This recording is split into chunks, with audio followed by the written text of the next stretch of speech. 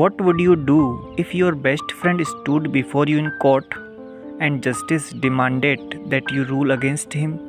The town of Maple Creek was known for its quiet streets, friendly neighbors, and strong sense of community. Among its residents, no friendship was more admired than that of Daniel Brooks and Michelle Carter. They had grown up together, shared countless memories, and trusted each other like brothers. Daniel managed his family's apple orchard while Michelle owned the local hardware store. Although their careers were different, their bond never changed. One autumn, Daniel's elderly neighbor, Mr. Eleanor Whitmore, asked him to lease a neglected piece of her farmland. Daniel agreed, promising to care for it until she decided to sell it. Over the next 3 years, he repaired fences, installed irrigation, and planted hundreds of young apple trees with his own savings. The abandoned land became one of the most beautiful orchards in the county. Then, Mistress Whitmore passed away. Her grandson, Ryan Whitmore, inherited the property. Seeing how valuable the land had become, he decided to sell it immediately.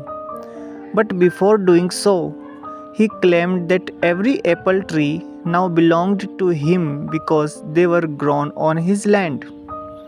Daniel disagreed. He had invested years of labor and thousands of dollars into creating the orchard. Ryan insisted that ownership of the land meant ownership of everything rooted in it. Unable to settle the dispute, they brought the matter before the Maple Creek Community Council, a respected local mediation board. Ryan chose Michelle Carter as the lead mediator. The entire town was surprised. Michelle was Daniel's lifelong friend. Many assumed the outcome was already decided. On the day of hearing, the small town hall was filled with curious neighbors. Ryan presented his argument first. "The land belongs to me," he said. "Anything growing on it belongs to me as well." Daniel then spoke calmly. "I never claimed the land. I only asked for fairness.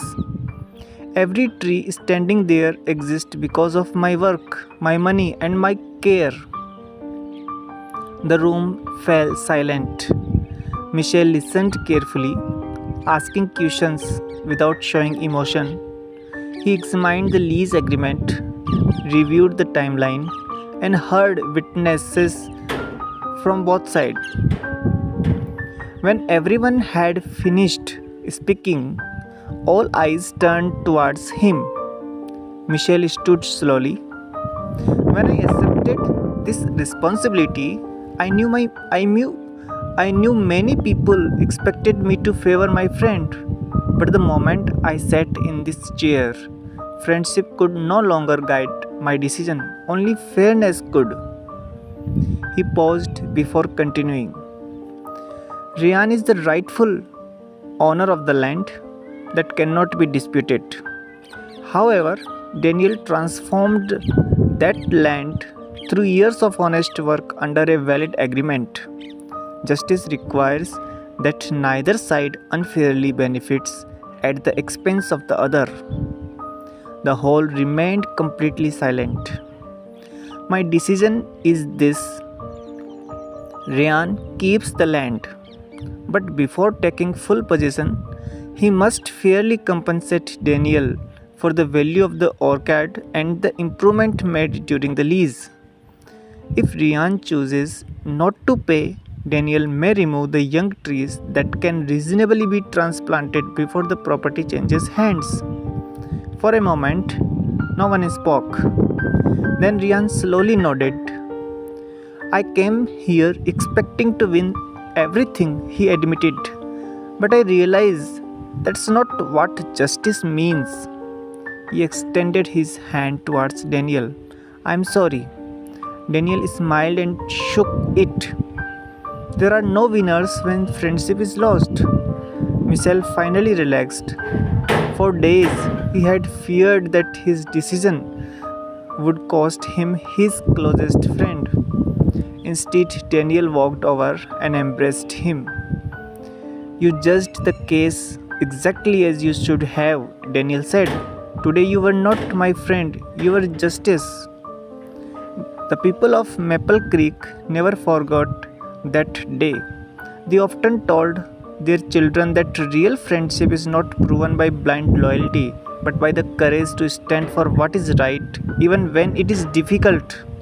And from then on, whenever someone was asked to settle a dispute, the township people would simply smile and say, sit in the judge's chair and let justice speak louder than friendship.